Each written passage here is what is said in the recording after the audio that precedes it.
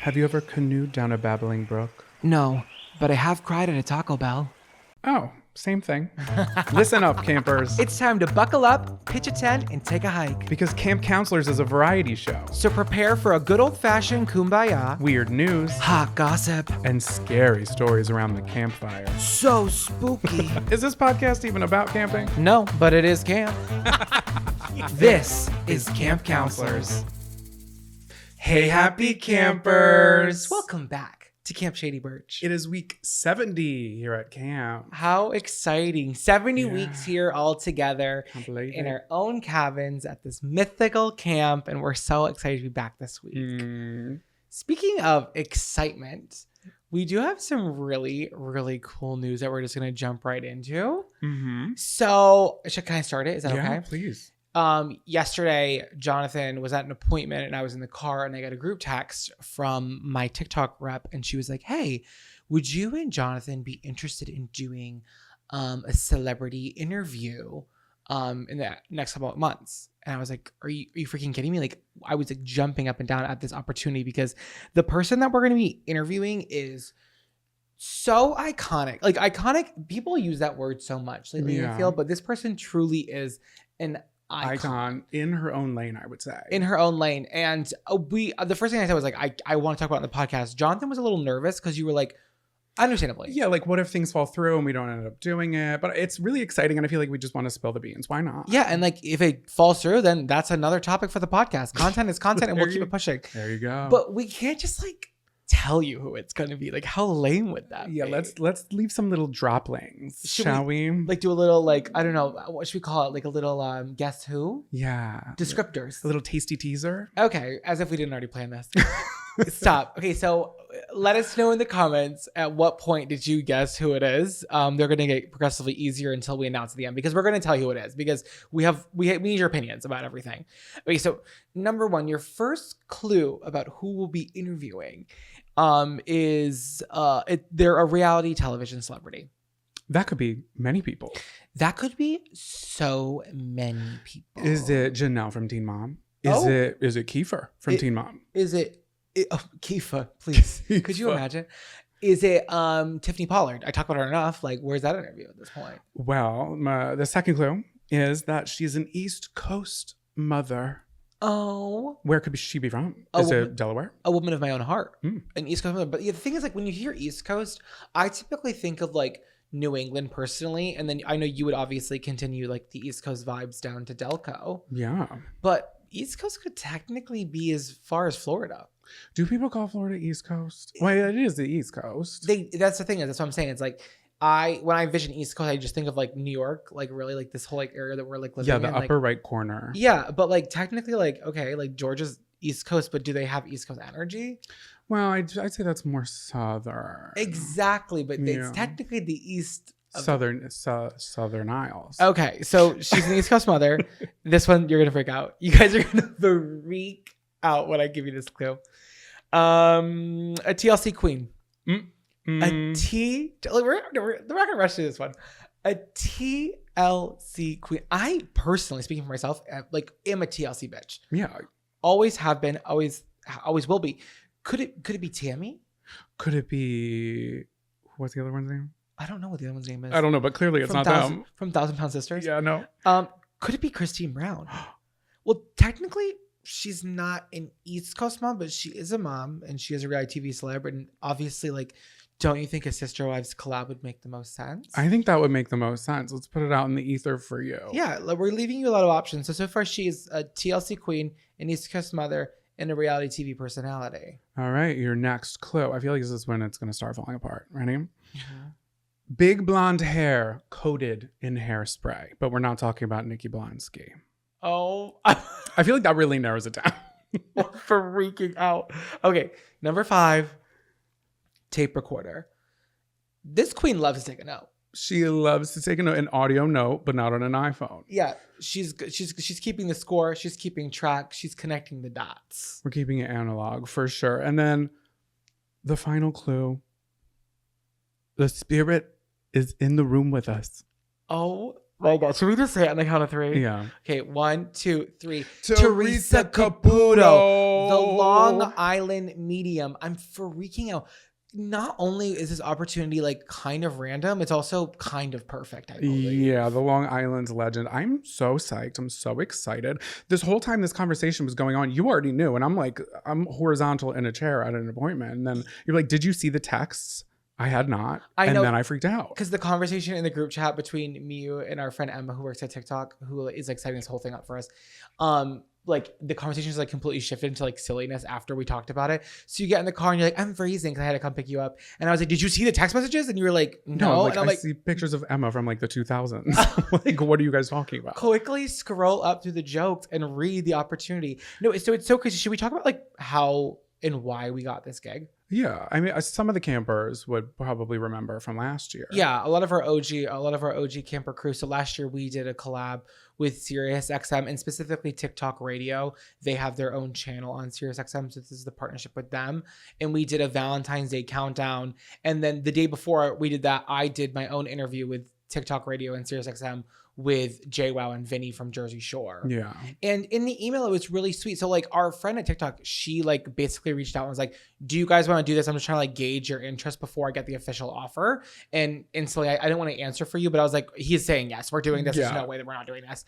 So when we got the official offer yesterday after the text messages came through, they did compliment our interviewing style. I know. So they like liked us on the mic for the Valentine's Day show. And a year later, they're having us back with such an iconic like member of my youth and memory of like life. Seriously, I'm glad we didn't blow it because I was like, it went so well and it felt so great. But then it was a year and I was like, well, I must have done something wrong. No, I think they just probably had the opportunity to have her in studio. She's probably doing press for some, I don't know, future show or season of something. And they probably thought like, okay, who have we used before that would really work well? Right. And I think we both give big TLC reality TV energy. I literally am doing Sister Wives recaps weekly for 18 weeks a year. So like, I know I'm obsessed with TLC. And let's just say this isn't coming out like right now. It's going to be sometime in March when we're doing the interview. Oh my God, you're so right because the interview is scheduled for March 13th at 10:30 in the morning. So we'll be doing that, but I don't know when it'll actually air. Yeah, I don't know. The Jersey Shore one, I will say, they gave me stills from the photo shoot, like from like the interview. Like the photographer gave me the Dropbox photos the same day.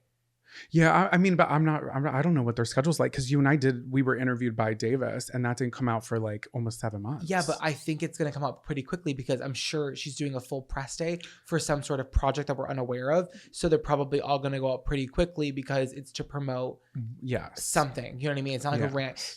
There's no way they're having us interview her just for like shits and giggles. It's definitely like she wants to plug something. Yeah. She should. As she should.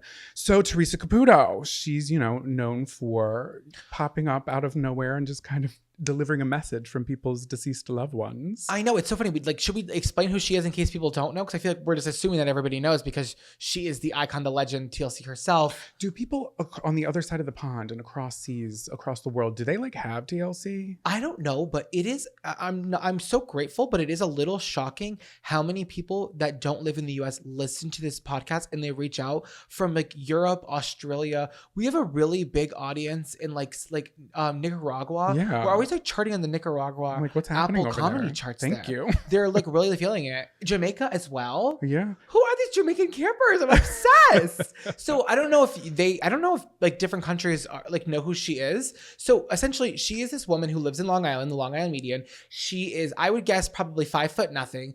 Her hair is an enigma in itself. It's full of secrets. It's full of joy. Yeah, the taller the hair, the closer to spirit, for sure. Yes.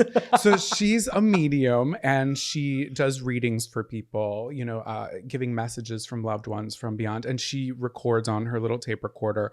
And yes, she usually will pop up, well, at least on the show. And we all know like things are whatever on a TV show. But she'll pop up like at the grocery store and be like, do you know someone named Brian? And her accent too. I can't do it. And that thing is, okay, so I'm getting a connection from Spirit, and Spirit's trying to tell me something real quick. Okay, what is your connection with the letter G? Because I'm feeling something, and all I'm seeing pennies, and I'm seeing rose petals, and I'm letting you know that Spirit wants you to know that they have transcended beyond very safely, and they're looking down on you, and they miss you every single day. And then the next person's like literally sobbing. But what I've always loved about it, which we both talked about, is like she's always like kind of cornering people in public spaces that it seems like, is it set up? Is it real? Is it planned? Because are these people just randomly living their lives and then someone comes up and they're like, hey, who's the mother figure that passed? And you know what? That's what I loved about the TV show too. It sounds like we're already like pitching it, but like genuinely, like we're fans. Yeah. And what I liked about the TV show too that separates it from the he came much later was the Hollywood medium. I know Tyler Henry, but he's also like they have different energy, but I like them both. Right, but her show like focused around her life, her husband at the time, and her kids and like their house and like putting in a pool, getting things installed in their house, like normal day-to-day stuff. And she just so happened to be a medium. And I think that's why it worked out so well, because you got to know a lot about her as a person. Also, I think she kind of like, for me, or just like this like generalization of people who work with like spirits, it's kind of like this witchy kind of like like personality. Weirdo, like scary people. But you know, you take a peek behind the crystal ball. Like she could have been an alternate on like Real Housewives of like New Jersey. Like 100%. She's giving tan, she's giving her hair done, makeup done, nails on fleek. Like she's giving Teresa Giudice. I feel like I'm trying to think, does she drive a Range Rover or an Escalade? Either way, it's white and that's what she drives. Yeah. So 100%. I'm excited. I want to do some research for this interview about her because I want to like obviously like do the mom character and have her see if she can channel Gigi. It's like a little bit of a bit for TikTok. And obviously if you guys know my like TikTok, like that's the character I do all the time. And they want us to be silly. And I think we should really do questions that are like not so serious. I feel like everyone's gonna ask her all the time. And like I just got off the phone with Kira and I was telling her about it. And Kira was saying like, she was like, well, you're gonna ask her like, how does she react when people think it's not real? But I was thinking like, that's the same thing with religion. Like you either believe it or you don't. You know what I mean? Right. Like it's up to you. Like she can prove it to you blue in the face, but if you don't want to believe it, then you're not going to believe it. But I do have faith in us that we'll come up with some good questions, maybe with a little help from the campers. But like you said, she kind of pops up out of nowhere. So where would you, if in the wild, and we weren't doing this interview, where would you like her to like pop up? If you could control the situation, what's ideal? Okay, so first of all, Teresa to pop up and give you a reading. She's going to give you a reading. Shut the fuck up. Can I say something really quickly? What? You're not going to believe this. What? This is, oh man, you're going to freak out. Where were we when we got the call for this? We were in Long Island. Wait, why did we not think that? Wait, but Taylor, you had this appointment that we'll talk about later. We're being vague about the appointment because it's a part of the show later. We were in Long Island. Why didn't I think about that? We have to tell her that. Like, you're not going to believe this. We were in, what turnpike was that? We were on the Hempstead Turnpike in Long Island. Yeah, let's not get too specific. I know. But she was probably in the vicinity and she felt us and spirit told her. I know. So spirit told her, like, she's like, we want these two gays because they can really do the job. They can spice it up. Okay, I'm sorry. To answer your question, so where would I ideally like to be? So I think, first of all, in both of our realities, we have to be in Long Island. Because that's kind of like her neck of the woods. We have to respect her like channeling energy in her space. And like, that's where she's best. So if I could be anywhere, I would want her to approach me at the deli counter. Okay, at the grocer. Yeah, at the local grocer. If you know me, you know that I am obsessed with lunch meat. I love a salted sandwich. So I could picture myself being like pulling my little tab. They're going, number 99. And it's me. And I'm like, can I get a pound of the house honey ham, sliced medium, not too thin, not too thick. And then I want a thin slice Land O'Lakes American cheese, half pounds. I think that'll be it for today. And then I hear, excuse me, but before the excuse me, I hear the clacking of a cork wedge. A sensible cork wedge is that. And it's like, hello, can I ask something? Who is the mother figure that passed? And then I would look around and be like, well, I didn't lose my mother. And then she would switch it up and be like, well, more of a grandmother figure. And then I would start getting sweaty. And I start being panicky. And then she would then channel my late grandmother. Oh, that's sweet. Right at the deli counter. Yeah, because honestly, my Nana loved deli meat too. She loved tuna specifically. You and her would have bonded over tuna. She used to fuck it up in the kitchen over some tuna. Oh. And that's the thing about Teresa. She really brings like a sense of peace. It's never like really like negative. I watched one recently though, within the last year. So I haven't watched it in a couple of years, to be quite honest.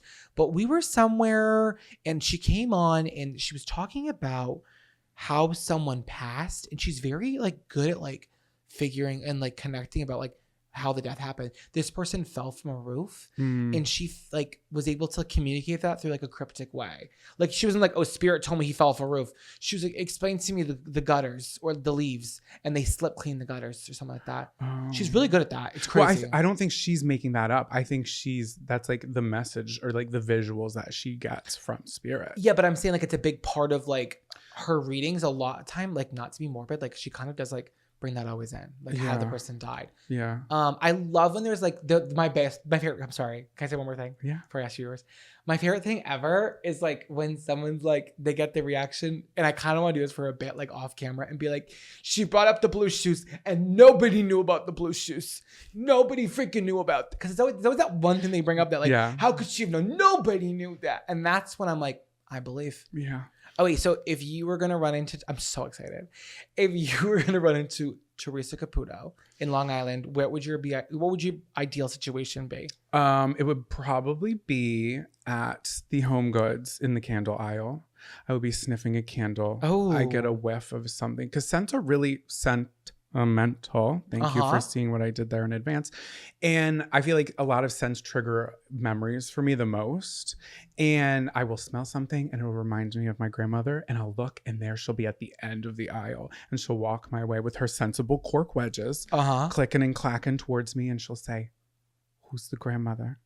And then that's that. And then of course, you know, my grandmother's spirit can help guide me out of the store, because Lord knows I don't need to be there, and it's kind of like anxiety inducing. But then there's a twofer, because she's gonna have her cart, and I'm gonna sneak a little peek, and I'm gonna see like what is in Teresa Caputo's cart at Home Goods.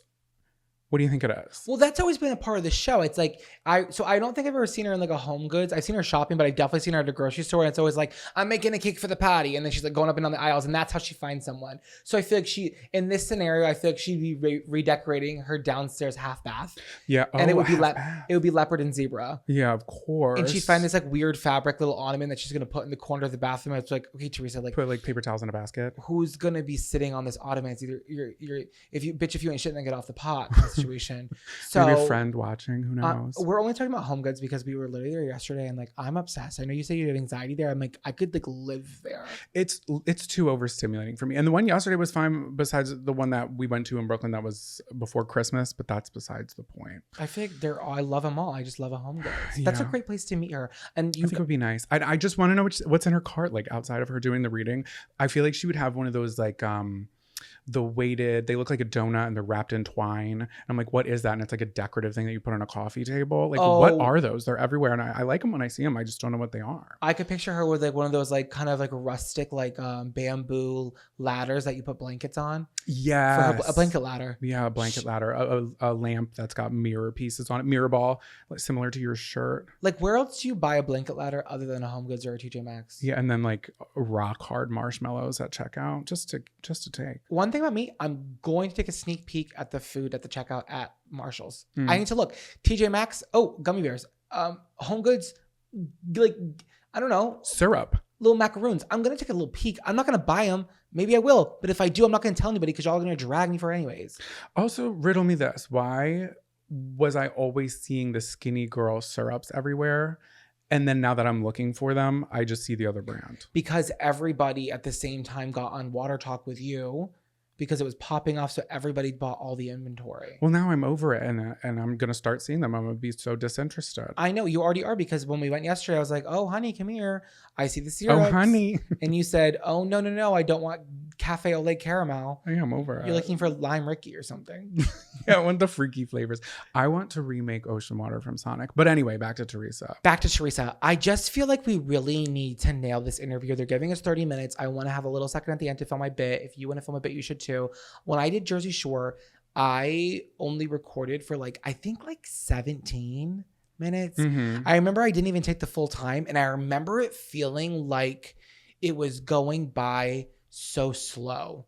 I felt like I was like, oh my God, I'm going over. And I didn't realize, and they didn't tell me this, and I'll make sure that we know together, depending on what room we're in, there was a clock that they had for me. Oh. And I wish I would have known, but I was like, I didn't want to like, it was in a very unnatural place for my head movement. It was better for like them. I'm like, I should be knowing this. So I like want to make sure that we're like present, we're having fun, and that we're like aware of like our time constraint, because like once she's done. Oh my God, my knees, they're so ashy right now. Okay, God. so with that being said, we're going to conjure up some questions, but we would love to know from the campers. Maybe just give us a little help, campers. We could use your help. What kind of questions should we be asking Teresa Caputo? Yeah, like what would you want to know? And like maybe we'll get a chance to like ask her. I just think like, hey, like what does it say? Like when you raise a family, it's like a tribe raises a family. It takes a village. It takes a village. Oh my God, literally. No, you knew exactly what I was talking about. Yes, it's common. So it takes a village to interview Teresa Caputo. And that's we're looking for help. So if you have any questions that are burning in your head, or any like silly things that you think we should ask her, like please let us know. We have 2 months when this episode airs to get this together, which I really appreciate. This is the first opportunity I've ever been given in 5 years doing this that's had a reasonable amount of time attached to it. Well, when we did host the Valentine's Day show, we recorded that a couple months in advance. Remember? I feel like we learned about it in October. It was before Halloween. Really? Last Halloween, not this past one, the one before that. Okay, so yeah. Sirius XM and TikTok Radio really have their act together, unlike every other like industry thing I've worked on. Yeah. Everything else is like, so we need you to fly out in 3 days. It's going to be a 2-night, 2-day excursion. And I'm like, okay, I have an appointment. So I really appreciate this opportunity. And I just think it's so silly, but we're going to take it so seriously in the way that we care that it's going to be absolutely electric. We killed it on the Valentine's Day show, and I can't see us not doing well. And what a great thing for the Camp Counselor universe. Like it's like another little notch in our little belt that we've done. I love it. I'm going to get acrylics. Okay, so let us know. Love you. Attention campers, please meet at the old flagpole under the tall pine for morning announcements. Welcome back to Morning Announcements, campers. This is the part of the show where we share news articles with you that you might have missed that we feel like you should spread like wildfire. Yes. Jonathan, would you like to go first? I would love to go first. Once again, I will be saving the title of this article for the end. Okay. So this just happened a couple weeks ago as we record this in Atlanta, Georgia. So December in Atlanta. Let's keep that in mind. So there's this girl, and her name's Elena Goldberg, and she was home from college over the holidays. So she walks out of her parents' house to the driveway to find that there's like weird sticky residue on the outside of her 2022 Honda Civic. So she texted her dad, who came outside, and he found that the trim and the front bumper of her car was looking lumpy, and the paint on the car began bubbling up. So mind you, this car that they had purchased was pretty much brand new. It's a 2022 Honda Civic, and they got it from the dealership. Just keep that in mind. So, okay, got it. Sorry. The mirrors, as well as the back of the car, were warping really strangely. So Elena's father, his name is Charles Goldberg. He described it as, quote, "It's as if someone took a ray gun to the car." So the car was essentially melting in their driveway. Okay, so I'll save my questions for the end. Okay, a reminder, December in Atlanta. So they took it to the Honda dealer, and they spoke with the service advisor, who explains that the damage could have been caused from the sun, which is like, okay, well, I mean, like, what else could it have been? And this guy, he was like, the sunlight is reflecting off the front of your house. It's probably reflecting off of a door, maybe a window perhaps, and it's acting like a magnifying glass, just bouncing right back off of the car. Mind you, they had many cars throughout the years parked in that exact same spot at the exact same time of year in their driveway. Never had this issue. So the Goldbergs weren't the only ones experiencing this problem. If you Google Honda melting, a bunch of forums come up. So right now, because this article is hot, it's kind of bumped to the top. But this news clip that I watched, they looked it up and they screen recorded all these forums like Reddit and stuff like that, where people were like, hey, I have a Honda and it seems to be melting in the sun. What's going on? So these people, they're like, hey, Honda, like, what's good? It seems to be melting. It's a new car. Why is my car literally melting? And Honda's like, sorry, babes, the damage is not under warranty. We can't do nothing about it. How is that not under warranty? Well, it says, quote, this type of damage is not covered by the warranty because the company says it is environmental.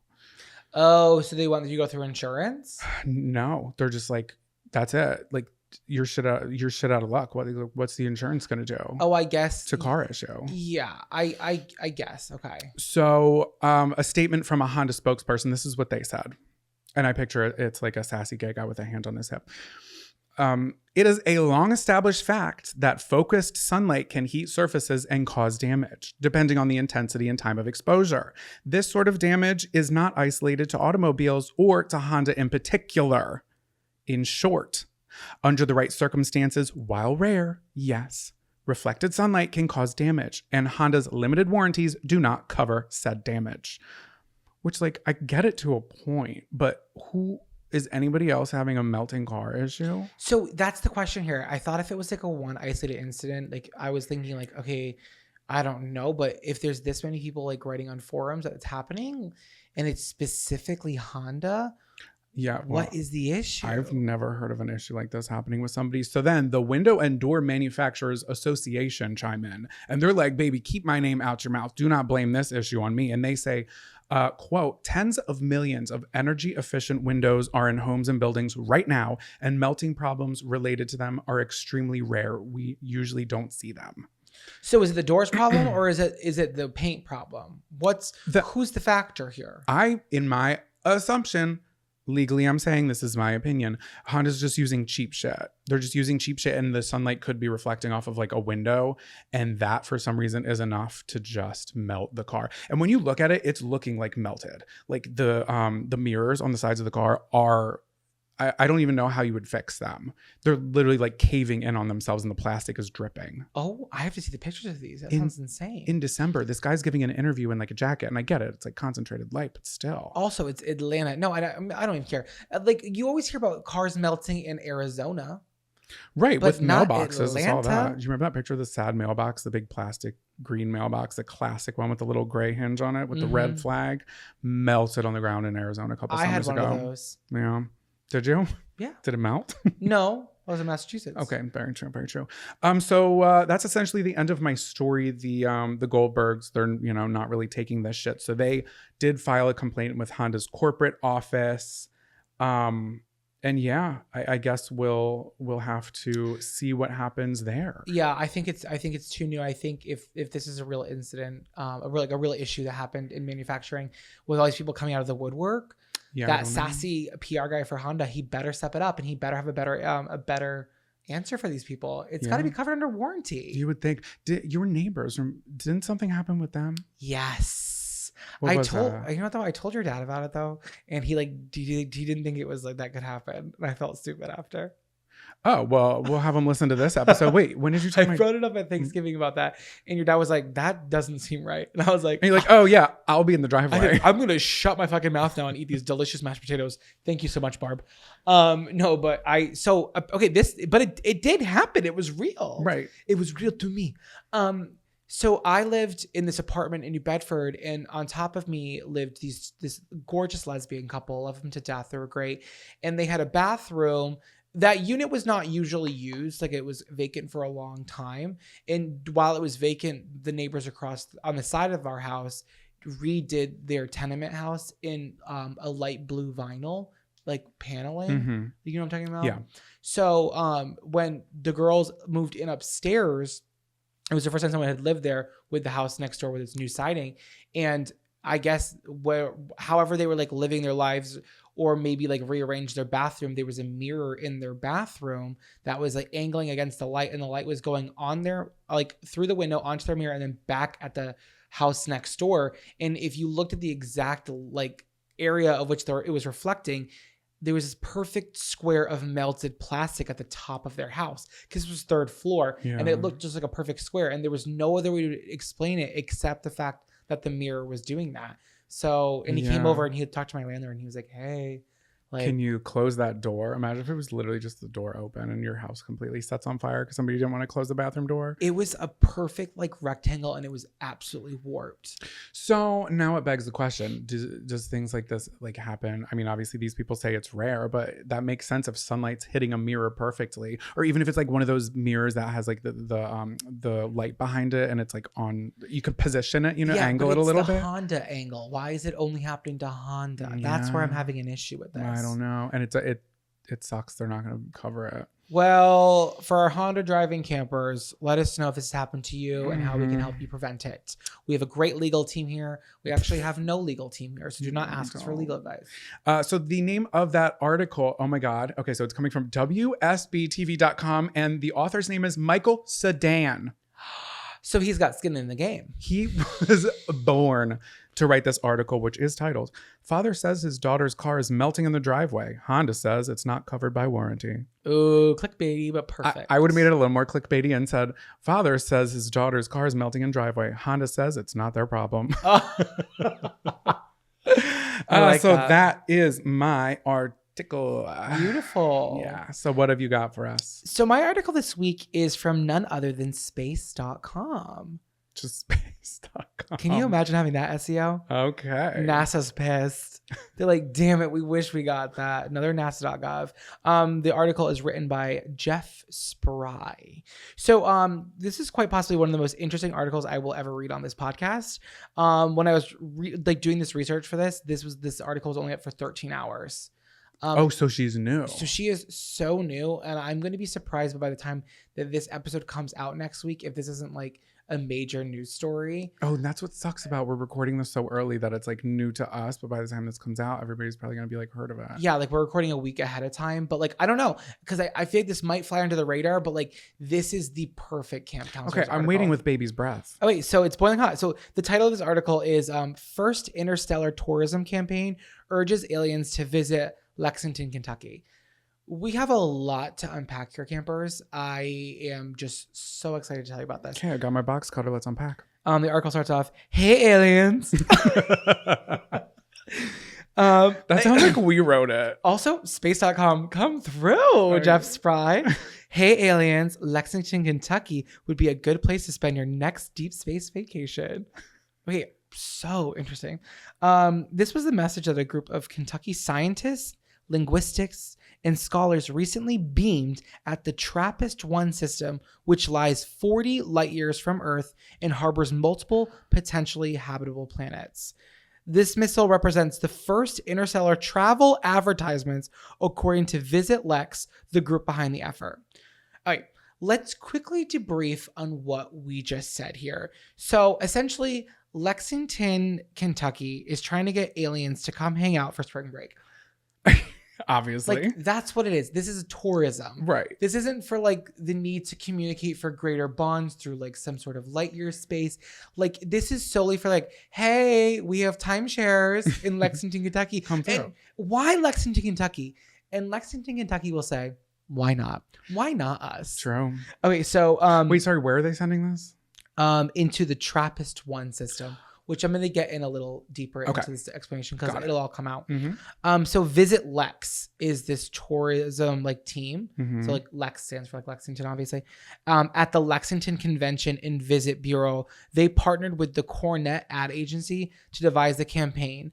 And the team used a modified infrared laser to deliver a especially coded message that was approved by the U.S. Federal Aviation Administration. So like they shot this laser up with news. Basically, they shot a laser up with a billboard, "Come visit us." It's giving very Go Michigan. Okay, wait, that I'm a little confused. Did they send something physical into outer space, or is it like a lightning thing, or is it like a video message that's kind of like from Hunger Games that plays in the sky? So none of those, but most likely like similar to Hunger Games, but not that. Okay. They're going to use these words I'm going to bring up that aren't going to make sense to us or probably most of our campers because we are not scientists. Yeah. So just use your imagination that this is some sort of like, think about like I don't know, very Tron, like pixelated messages, like decoding and like, I don't know how to describe it. Like 8-bit. 8-bit, okay. yeah. In layman's terms. But somehow like they're going to be able to open it up. Like it's an envelope, but it's absolutely not. It's a laser. Okay. So, yeah, but like whatever this laser was, they got special approval by the U.S. Federal Aviation Administration. So this is what these are the details of the Visit Lex press release that they put out for the public. When the message reaches its destination in year 2063. Oh my God, we'll be here. Well, babe, it's 40 light years away. So think about 40 years ahead of time. That's how long it takes to get there. Oh my God, but then by the time they get to us, it's going to be too late. No, well, maybe their technology can get back even faster. We don't know how advanced they are. Okay. Because they could be more advanced than we are. They could be like, oh, we'll be there in a minute. Okay. Sorry. When the message reaches its destination in 2063, TRAPPIST-1 inhabitants will find a coded bitmap image with clues as its origins and intent of transmission. So they're receiving a coded bitmap, not to be confused with a bitmoji. That was so stupid. So a bitmap, if you're watching on YouTube or you're going on the Instagram, it'll be up so you can see exactly what this thing looks like. A bitmap image is the key to it all. We included the imagery representing the elements of life, our iconic Lexington rolling hills, and the molecular structure for water, bourbon, and even dopamine. So all those categories they found a way to like draw out on bitmap because Lexington is fun. Give them the dopamine. Every single scientist, including Andrew Bird, who wrote that little part right there on the team, like has a specific like coding for dopamine. They're trying to like show you like, oh, this is a place that's fun. Like that's how they're Okay, so it's like happy. I think that's it's how not a threat. Exactly. Because it's like, how are they going to read it? Exactly. So Matt, it's like if you're not going to look it up and you're just going to listen to the podcast, the only thing I can really like equate this to is like literally hieroglyphics. Oh my God, I love that. So it's kind of giving hieroglyphic like 8-bit. Mm-hmm. So that's what's kind of like. So they'll also see a bucolic photo. See, these are words I don't know what they mean. Well, I know what that means. A bucolic photo of the horse capital of the world, noting its wide open spaces, perfect for landing a spacecraft. They sent a selfie and an audio recording of a local blues legend playing the guitar. Classic. Like just so crazy. They'll learn why Lexington has the best food, bourbon, and music on earth. Getting a taste via an audio recording. The legendary blues musician is T.D. Young. Okay, TD. So I'm going to be 68 when they get this. Mm-hmm. How old are you going to be? Probably younger. You'll be 70. Maybe. Oh my I God, don't know. you're sweet 70. My sweet 70th birthday. Should we start looking into property in Lexington? Hey, I think it's worth it for us to, have the chance in my 70s to see something. So how are they going to play the audio? I don't know, but moving forward with this article of things I can't answer. Yeah. Why did they target the TRAPPIST-1? 10 to 15 minutes from my parents' house. Everything always is. Scientists have always been interested in its large number of planets that are in what is considered to be the habitable zone.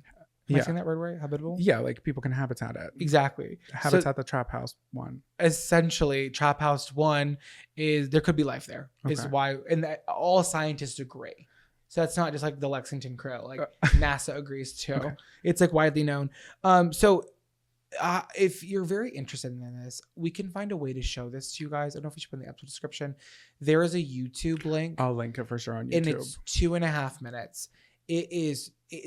When you watch this YouTube link that this ad agency put on with the team in Lexington, Kentucky, it feels like something straight out of Parks and Recreation. It feels like Amy Poehler coded. It doesn't seem like this could be real. Like, why them? And they're like, hey, why not us? And why not? What a great question to rebuttal. They have such pride in their town and why they think they're the best place in the country. They're like, we have great horses, great bourbon. And why wouldn't aliens want a vacation here? Yeah. I'm like, I've never thought twice about Lexington, Kentucky. And now I can't get it off my head. It's incredible. So while I'm recording this episode, this YouTube video only has 1,500 views. Everybody go comment. Camp counselor sent us. It's like, how is this life-altering, like, potential, like, amazing piece of history? Like, I don't know. We're outperforming them right now. Yeah. I just want people to know about this story because it's, like, rocking my world. What a fun project to work on. I know. And everyone that's on the team, it feels like they're actors. Yeah. It doesn't seem real. It's beyond, every point of it is just so incredible. It is real though, right? It's real. real. Space.com, obviously. It's space.com. Are you going to lie on Jeff Spry's name? Never. I never have, never will. Okay, so if any of our campers are from Lexington, Kentucky, we need a place to crash. We're heading down there soon. Well, we got like 7 until I'm 70. And they've already been keeping an eye out for the sky just in case things are going faster than they anticipated. Okay. No weird images yet, but we'll keep our eyes to the stars. I love that. What if it's a planet filled with just like worms, Oh my and God. they can't open the box when it gets there, or they can't decode the message? And I would be even afraid to ask a scientist how that even all happens and how it opens up there. Because to me, it's giving like the projector in the sky of Hunger Games when people die. Right, because I know that sometimes they send like audio waves out into space, and they're just like, "Hey, is anybody up there?" And it's like, what does that just go through my eardrum? Is this like a constant like? No, like another like a radio Like of a a music box? receiver, if you will receive it.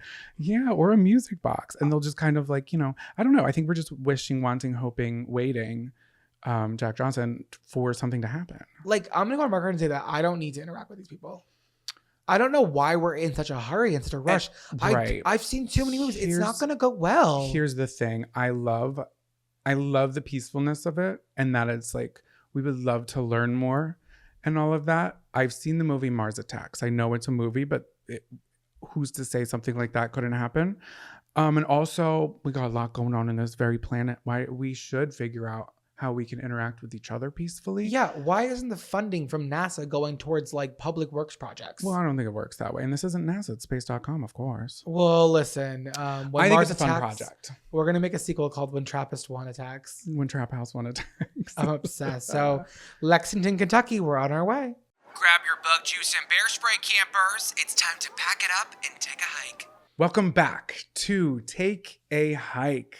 This is the part of the show where we bitch a little and we tell something to take a hike. Take a hike. Take a hike. So right now I'm kind of telling my life to take a hike.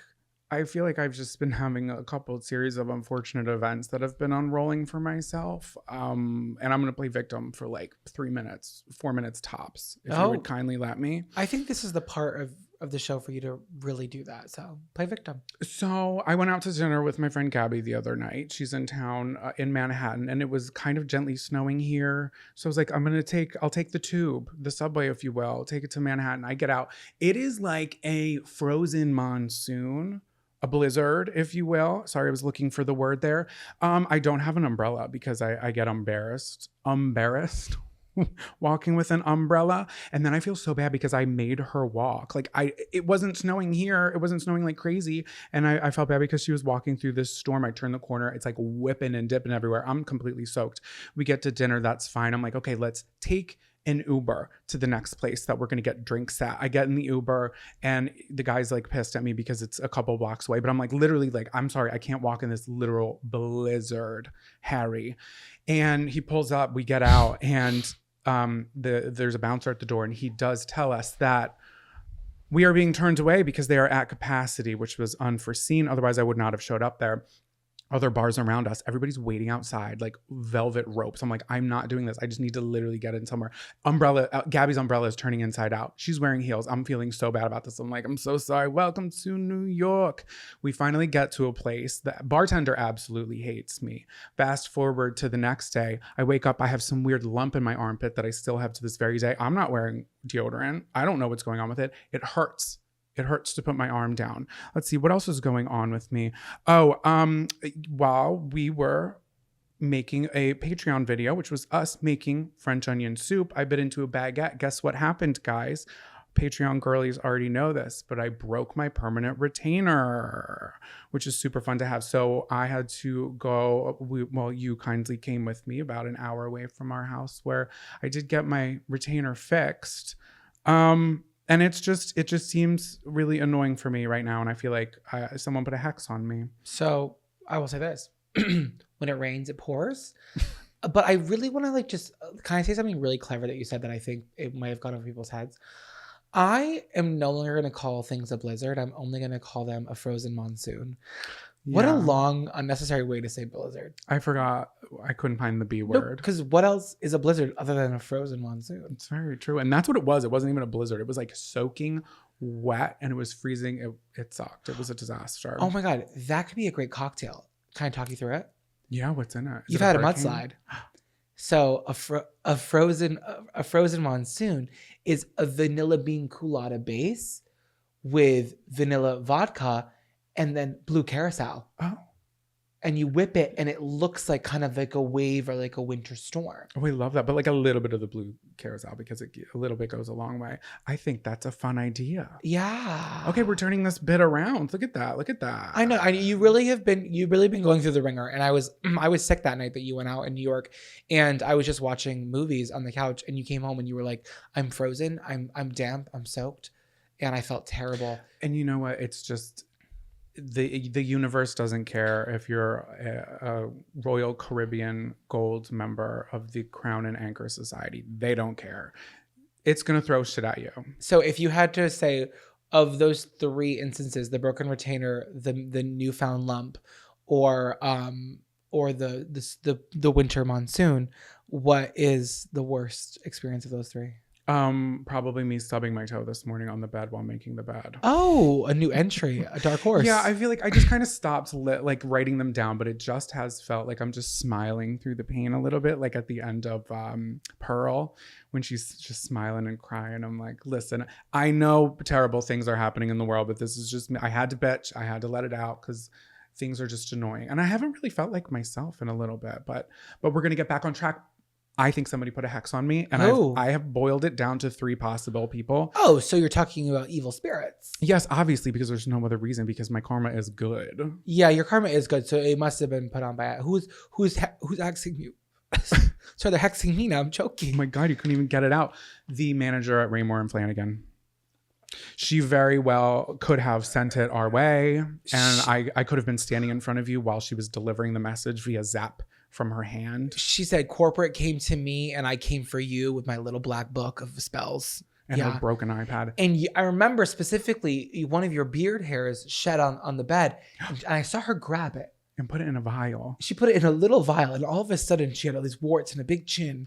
She did that. I remember that. She could have done that. My second contender of who put a hex on me, Julia Roberts. Julia Roberts, as you know. You deserve that. And you deserve that hate because you put hate on her name. You put hate on her name. No, once again, we have a bunch of new campers here. Explain to them what's so bad about Julia Roberts. And here's the thing. She listens to the podcast. How do I know this? Hi, Julia. I know this. I have people. She listens to the podcast. She's a camper. And she listens to you say that I hate her, even though I told you she redeemed herself for me in the 2017 mild hit Smurfs The Lost Village. That's why I don't have a problem with her anymore. This is plausible because Emma Roberts followed me on Instagram right before Thanksgiving. She goes home for Thanksgiving. Who did she see? Hi, Auntie Julia. Look at these gays in camp things talking shit on you. Mystic Pizza. This is so funny. But this cute, shorter one who's a little bit more chubby, he loves you. But that tall, lanky one with a red beard, he has it out for you. So you should use your witchcraft on him. That's what happened. That was an audio recording. That wasn't us. What happened. So Julia Roberts or the woman at Raymore and Flanagan's. Anywhere else? The woman you fought in Walgreens. Honestly, I think that she probably went to hex you. Nope. But it attached to the heating pad. So this whole time I've been because my back's still hurting. That was another thing. My back. Oh my God. I'm not on my volleyball team. My volleyball team has been losing. I haven't met any of my teammates because I simply have not showed up. And everything just kind of sucks right now. So instead of me heating my back, what I was actually doing was downloading the hex through my spinal cord. It's a hellmouth. You're literally putting poison onto your spinal cord. Is there a more intimate part of your body than your spinal cord? My gooch. Yeah, but what a way to enter like the pain. Yeah. Through a throbbing back. And now you're developing warts in your armpits. Oh my God. You're rotting from the inside out right now. I do need to go to the doctor. I probably should. Yeah, well, you already handled one appointment, so maybe the next one's the doctor. God, okay. So yeah, I think it's one of the 3. It could be honestly the power of all 3. Maybe that's what the universe was just waiting for a third person to send a hex on me for hell to open up. And we're here and we're in it, and it's fine because we're gonna survive. Because one thing I learned in camp survival is that you will survive and thrive and throb. I feel like you blamed all of your people who hexed you through me. You said, oh, the lady that I fought at CVS, True. The lady that I called out on the podcast. Well, what have I done? I'm a good girl. Okay, well, you clearly are not as good as you think you are. Don't you dare. You take that back right now. I'll wait. I haven't been hexed yet. Oh. Yet. All right. So that's my take a hike. I'm sorry. It's gonna get better. You got it all out. All your bad way. And I always feel like you know, people say death comes in threes. I've always personally felt that ailments come in three. I've always felt that. Yeah. Like if you stub your toe, you have your armpit thing and your back. So now that they're all handled, and your mouth. And my mouth. Okay, so yours comes in fours. So do I have to wait for 2 more? Yes. For it to be 6? It's doubled. It's the devil's number 6. Okay. Well, the devil must be Irish because it's Dublin. Well, you could head down to Lexington, Kentucky and ask the aliens to help you, but you're gonna have to wait 40 years. That's okay. I'll wait. It's worth the wait. I know. They sent that message. I'm like, we'll send another. Yeah. Send a follow-up, please. Yeah, because what if they're really mulling it over and they need another one? Okay. Should I tell you mine? Yeah. So yesterday we went to the appointment for Jonathan. He'll speak about in the next segment.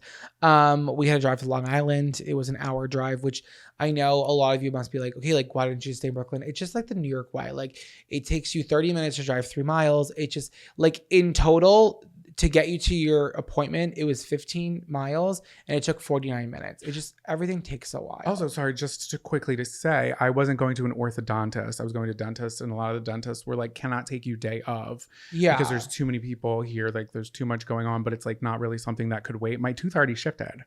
I was getting a headache. Anyway. Yeah. So that was the reason why we were like driving so long. So my take a hike this week are people who attack me for switching lanes. I promise you I'm not cutting the line to be a menace.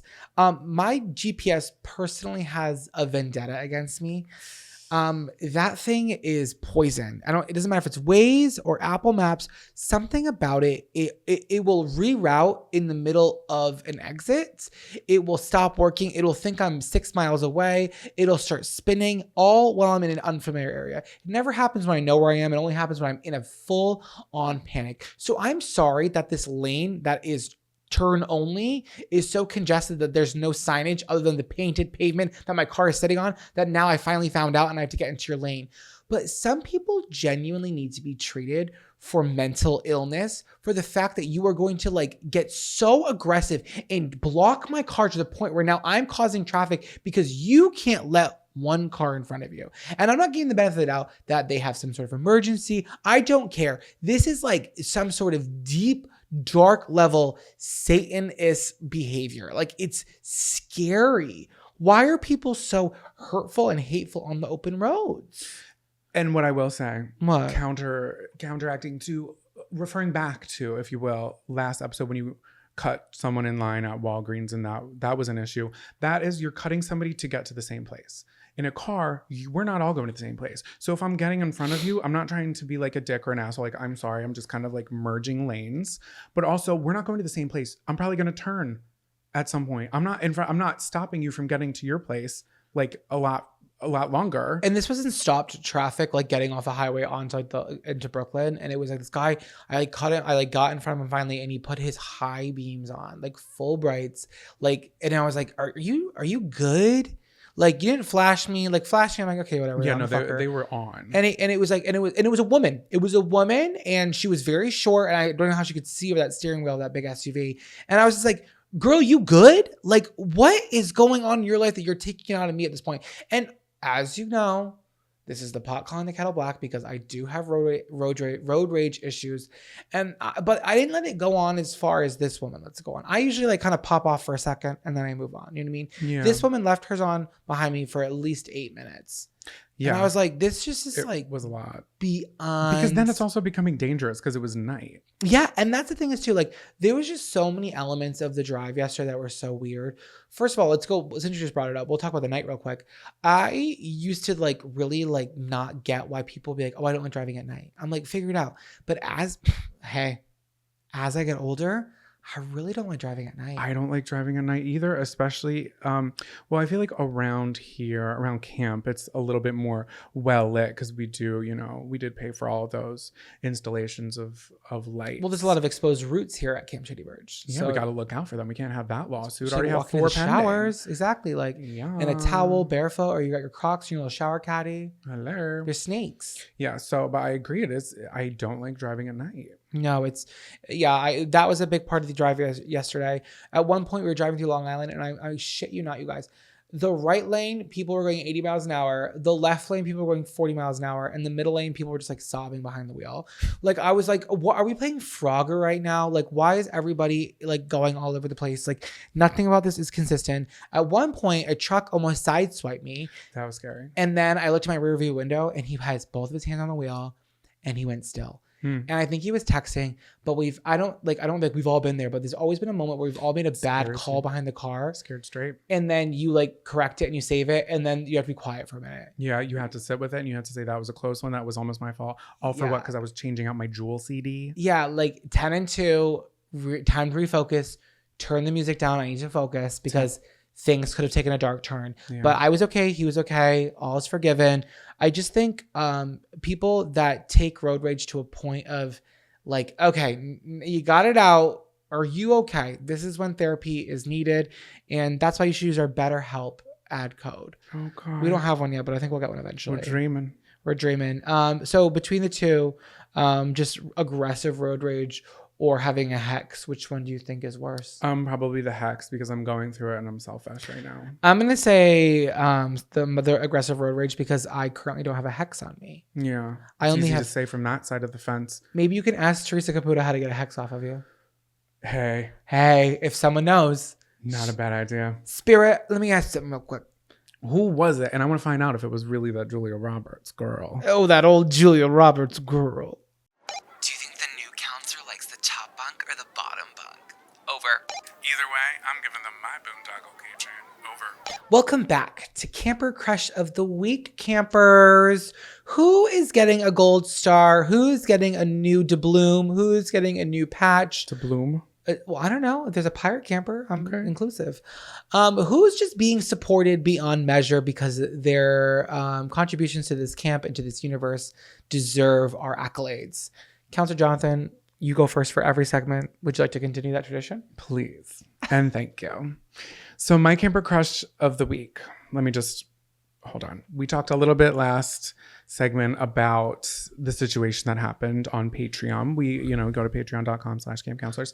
If you want to see the video of us making French onion soup and one of those delectable ingredients of French onion soup are the little bready bits, which we used a baguette. We put them in the oven. We toasted them to honestly perfection. But it was taking so long to make. It took us well over 3 hours to actually make. It took us 4 hours to make the soup, and it took me 2.5 hours to edit this morning. Yeah, but that is up on Patreon right now.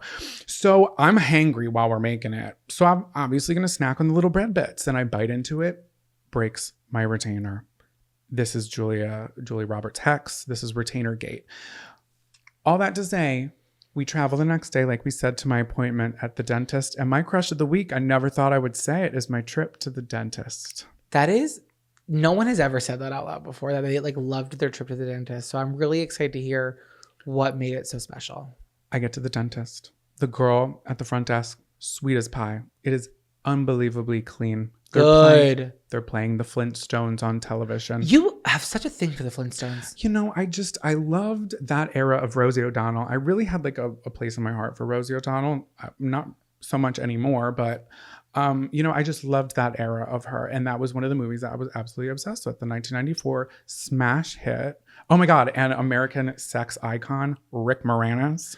Jonathan is so quiet about his love of Rosie, but he grew up with her it's actually shocking how much he holds Rosie so close to his heart, and he's very quiet about it. Is she problematic now? I think she had issues on The View. I don't remember haven't what they we all are. Had issues on The View? Yeah, I don't know. I really don't know. But I came across a TikTok of a girl who opened up a book that she had. Yeah, because it was on my For You page. And she had this obsession with Rosie O'Donnell growing up, where she had this giant book of all these articles about her. Well, I, in elementary school, had to do a presentation about someone that I respected. Everyone's doing Abe Lincoln and all these dumb bitches. And I post up my trifolds, and it is Rosie O'Donnell. And I said, we're talking about how she was forced to lose weight for these roles. And I was probably in 3rd grade, maybe 2nd grade. No, I wasn't 2nd grade because it was my first elementary school. This is where the beginning of the lesbian and gay alliance started, in that classroom with Jonathan. Yeah, it did.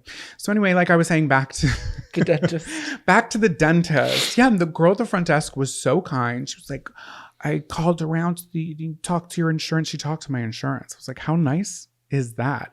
She did take that $50 copay real quick. But again, she was sweet as pie. So then she takes me back. Oh, wait. So in the lobby, there was a girl who was live on TikTok. Like she was streaming from her seat live on TikTok in my dentist's office, where it was just me and her sitting there. What was she reading?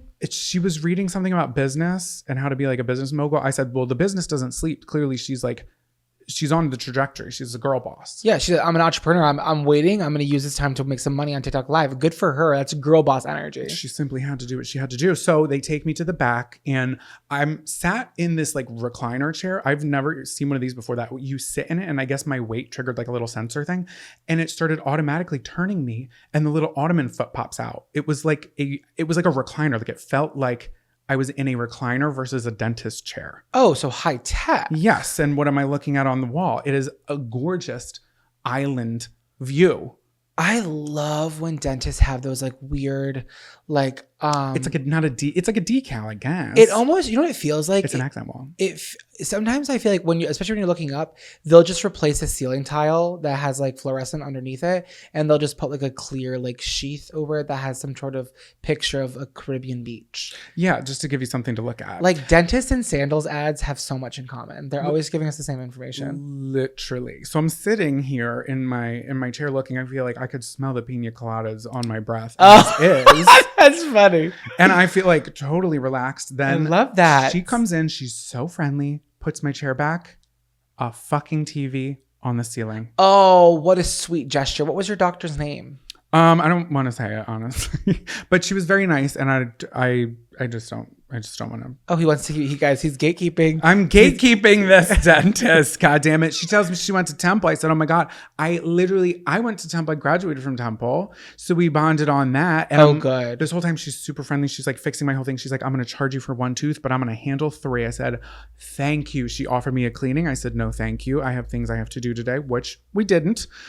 I just got nervous. I don't know. I didn't want to take it. So I'm sitting there. She's working on my retainer. You should have taken it. Why didn't you take it? I don't know. That's neither here nor there. But what is here and there was the movie they were playing. Here and Now. No, I have no clue what it was because I couldn't hear it with all the buzzing that was going on. But it was Ali Mashaka, Lisa Kudrow, and Vanessa Hudgens. If anybody knows what movie that is, I have no clue. It looked like School of Rock. Lisa Kudrow was in the audience, and it seems like the mom who Cowbells. No, it wasn't Cowbells. It wasn't a Disney movie. Oh, but it was like live music or something. I took a picture, and it's literally a guy's arm up in the air with like the rock on symbol or the devil horns. So yeah, I really enjoyed my time there, and I didn't think I would. She made sure I was comfortable. I swear that recliner was heated, but that could have just been my mind or my hot butt. Your body's just like addicted to heating pads. So you're constantly seeking out heated seats. It is. And then after I stepped out of there, I got the great news. So I'm like, you know what? Maybe the hex was broken. Maybe that broke the hex. I saw your armpit this morning. It doesn't look like it broke. Oh yeah. That thing needs to break, whatever's under that skin. Yeah. We're going to land some later, guys. I have a scalpel. God, we really should handle it. It does hurt. It's hurting. They didn't offer me a prize out of the treasure chest, but I'm sure they would have had I asked. My orthodontist used to give us cookies on the way out. Oh, they're like, we cleaned your teeth. Here, rot them. And it was Otis Spunkmeyer. Is that phrase? Is that his name? Yeah. Who's he? I don't think he's real. Where's he been? I don't know. Let's get him on the horn. Please. So that's my camper crush of the week. Also, side note, we found out that Annie Ann is real, and we're contacting her to get in the podcast. Is she still alive? Somebody claimed that, but we didn't do in-depth search. We don't fact check here. Yeah, that's what I'm saying. We don't fact check. So apparently to us and to this camp, she's alive. Yeah. We won't fact check. We will spread misinformation. We will contradict ourselves, but we're not the people we were 5 minutes ago. And that's all we can say. Yeah. Allegedly, one thing we're going to do is speak allegedly. And it's all alleged, this whole podcast. Mm-hmm. What are you crushing on? I'm crushing on an app this week. I feel very you. You're always crushing on applications. Okay, tech girl. You're my blue screen boy. Okay, so my crush of the week is the app Letterboxd. Letterboxd. Yeah, it's boxed. I thought it was letterboxed. I feel like really behind. I've always known about this app, and I've known about it for years, but I think the resurgence on TikTok is really intrigued me. Like their Letterboxd TikTok account is so fun. Like they're always at every red carpet premiere, and every celebrity always stops with them because they know that they're going to be asked their 4 favorite films. Okay, so for those who don't know. Oh yeah, so I'm sorry, I'm getting ahead of myself. Letterboxd is an app. It's a global social network for grassroots film discussion and discovery. Use it as a diary to record and share your opinions about films as you watch them, or just to keep track of the films you've seen in the past. Showcase your favorites on your profile page, rate, review, and tag films as you add them. Find your friends and follow them to see what they're enjoying. So it's essentially like Goodreads, like, and it's totally free. There is a paid feature. I don't know why you'd need to use it. Like, there's nothing that the free option, like you feel like I get enough of the free option. So yeah, like, I feel like honestly, it's not really offering much besides like a platform for you to use your voice. yeah. So like, if you go watch a movie on Netflix, you can go on there and you can give it a little star ranking and write like a silly little review, and then you can click the movie and see what everyone else has said too. I just think it's really fun. You can keep it private. You can make it public. You can make it like your friends so you know what you're doing too. But I just have always loved movies. And when I initially downloaded the app, I was like, it gave you this feature to like rank things you'd already seen. So it's giving everything like 4 or 5 stars, whatever. And I was like, wait, I'm going through now and deleting all my old reviews because I want this to be fresh from when I download the app. So my Letterboxd is only going to be the movies I've seen from January 1st on. So can I tell you the movies I've seen and what I've given them? Please. First movie I watched this year was Saltburn. I gave it a 4. Okay. And it's out of 5, and you can give half-star ratings as well. Then I watched that new movie, Good Grief, which I always forget his name in the minute. Dan Levy, thank you. I gave it a 3. For me, it wasn't sad enough. It wasn't happy enough. It was just a little too chill, and I you were needed excited more. About that one too. I know. I really love him, and I know he wrote it, and I feel bad, but it did not give me what I needed to give. Then I saw May December, 4.5. It was so crazy. Like, I won't even get into these. And then I watched Promising Young Woman, which has been on my list for so long because I'm obsessed with Carey Mulligan. Gave it a 3.5. Did not live up to the hype. There were some good elements. I'll talk about that later. And then the last movie I watched was The Favorite. Yeah. Another movie that's been on my list for a long time. I gave it a 4. I thought it was great. Great movie. So what's the highest rated? So, May December. May December. Okay. Yeah. Yeah. I just thought it was like really unsettling and dark. And I like that. Okay. You know me. I like that. So what does a movie have to do to achieve a 5? It has to be really razzle dazzle. It has to be School of Rock, or it has to be Christmas with the Cranks. Period. Or it has to be August Osage County. It has to be like, I feel like I would never give anything a 5 off the top. I feel like I'd have to really sit with it. The only 5 that I saw, there's been 2 movies that I instantly thought were 5s. For me, it was Hereditary and Everything Everywhere All at Once. Wow. Those were the ones I like instantly saw, and I was like, oh, these are magical 5s. But I'm not going to rank any of those because I only want to do ones I've currently seen. Right. So what you won't find on that list, ladies and gentlemen, is Rio. Yeah. No, I never will. So my username on Letterboxd, if you want to follow me, just for fun, is Zachariah Porter, just spelled normally. I usually keep like my things kind of private, but I was like, this is kind of fun. So if you guys are on Letterboxd and you're interested, that's what I have it as. I love that. And I followed in suit and I did the same thing. I think it's gonna be cool to see at the end of the year like what we watched. And I think like a Wrapped. And I feel like every time, like especially when we go to a movie, I feel like we always like really unpack it in the Uber back or the subway rack. I'm like, I love this part. And it's like I get so energized when I watch something good. Yeah. And I think this is a great outlet for me to be like instant gratification, be like, now I have it, like, because once it's done and you forget about it, then it's like it's not worth talking about. And then I feel like that's why people like Wrapped or things like Wrapped so much at the end of the year. Yeah. One, because all of us we are ourselves. We're a little self-indulgent. We love to see the things that we did. Yes. And let's take a little trip down memory lane as a reminder of like what songs I was jamming to, a podcast I was jamming to. And I love that. I wish there was a different way to like have like a full review. Maybe they will. Maybe they'll implement something. Who knows? I think Letterboxd has your Letterboxd Wrapped. It'll tell you like your most watched director and your most watched actor. Oh, that's cool. Yeah, I'm pretty sure they do that. I could have made that up, but I'm pretty sure they do that. What song's been stuck in your head all week? Welcome to Camp Songs. Welcome back to Camp Songs. I'm loving my camp song this week. I can't believe I've never even said this song on this show. Do you want to go first? Can I go first for Yeah. once? Oh my God, I wasn't fishing for that at all. I swear to God. Yeah, no, please. Okay, this is the part of the show where we share songs with you that have been stuck in our head all week. As always, in the episode description, there's a link to the Spotify playlist that's free for you to download and share with your friends, as well as a YouTube playlist, just for fun. We don't get anything out of it, just because it's cool. You look very handsome today. I didn't tell you that yet. Oh my God, you let me go first. You're flirting with me on camera. I'm blushing. Stop. Okay, What's I'm your going song? first. My song is Stars Are Blind by Paris Hilton. Yes. How have we never talked about Wait, this on you the told show? me this and I forgot what song that you were doing. I'm excited. It's just like, because I love this song so much, and I'll just get right into it. Like, it's been out for almost 20 years, and every time it comes on, it just instantly excites me. Holds up. Guess what year it came out? 2006. 2006, with my ongoing theory that it was the best year ever for music. So this was Paris Hilton's first song. It was her debut that makes single sense. off of her debut album. Way to hard launch a career that people probably think you didn't deserve, Yeah. and to really slay it. Like, but before you even really get into it, or as I get into it, I guess a lot of the information that I learned was that it did okay. It did well. It got good success, but I think we're just gay. Yeah. Okay, so guess how many streams it has on Spotify? I don't know. 56 million. Okay. On Well, that's not to count the re-release. yeah, and then like the official video from 6 years ago that got released, 10 million views on YouTube.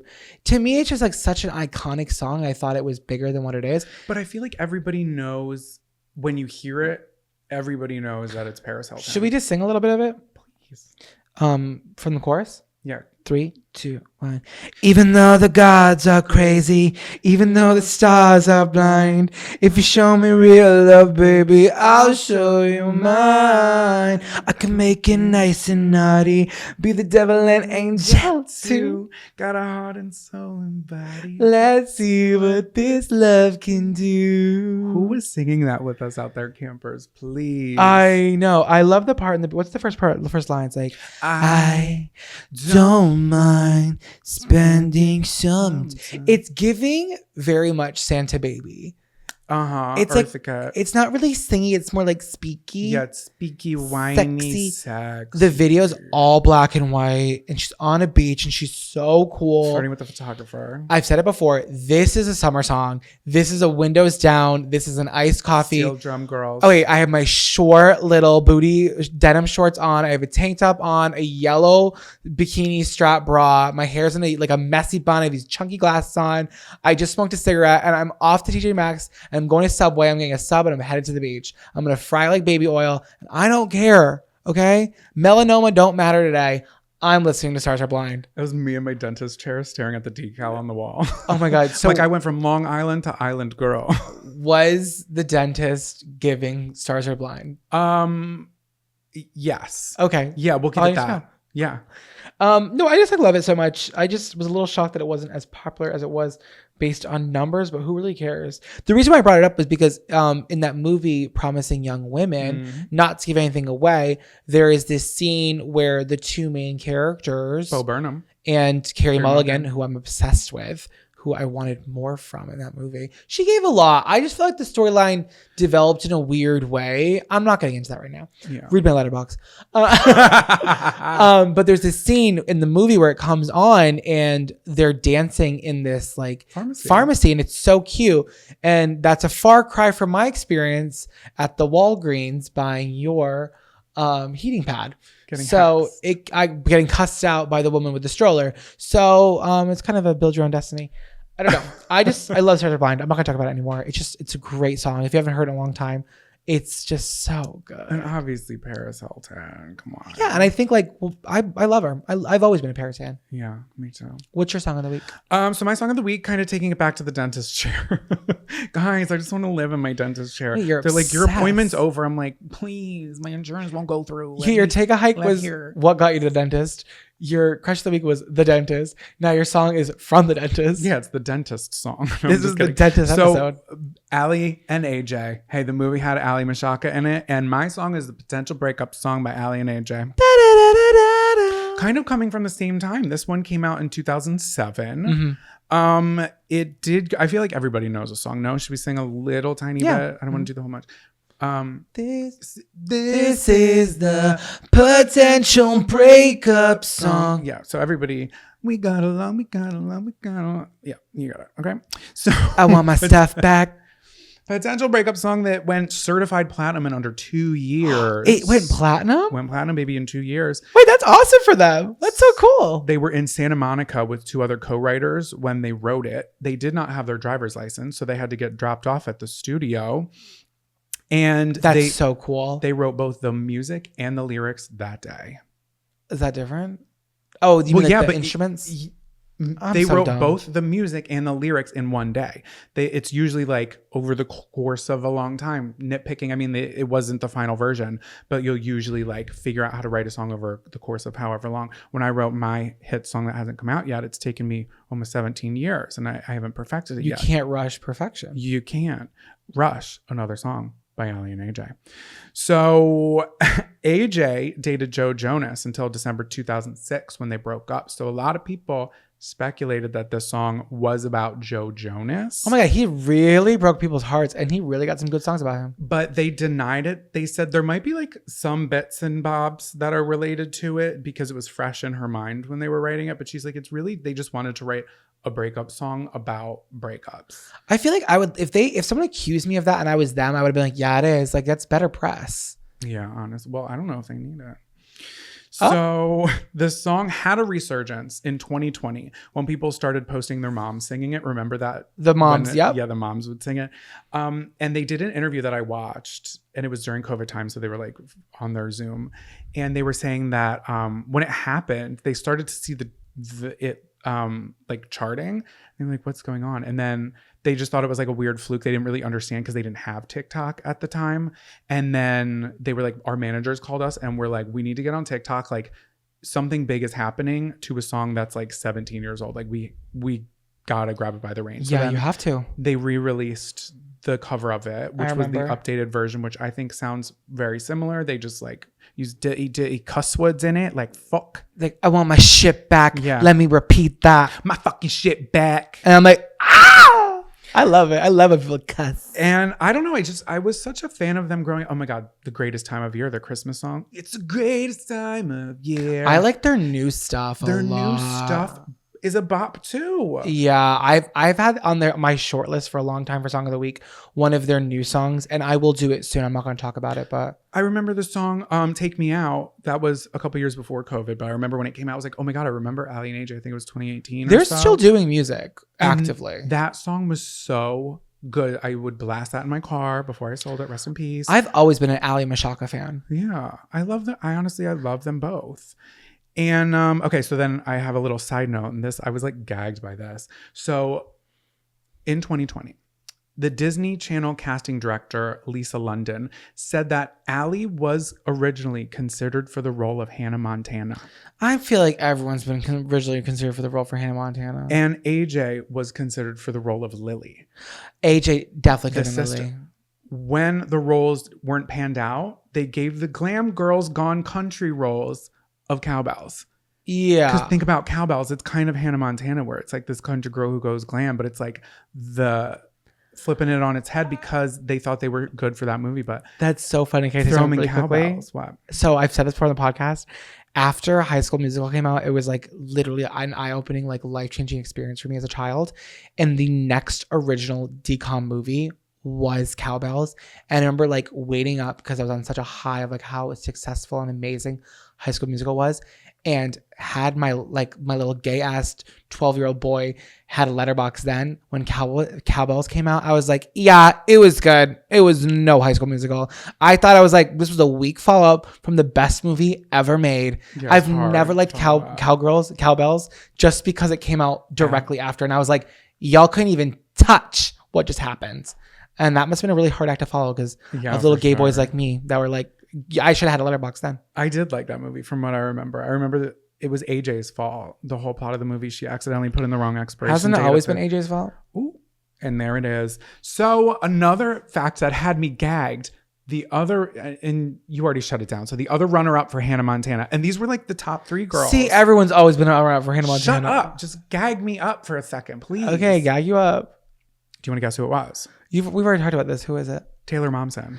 Oh my God, your obsession with Taylor Momsen continues. And that's that. And it was always and supposed to be none other than And our moldy darling citrus. Andrew. I meant to say darling. Daughter? No, I was gonna say something else. Andrew. I don't know why I said that. Darling, what rhymes with that? Andrew. No. I don't know, babe.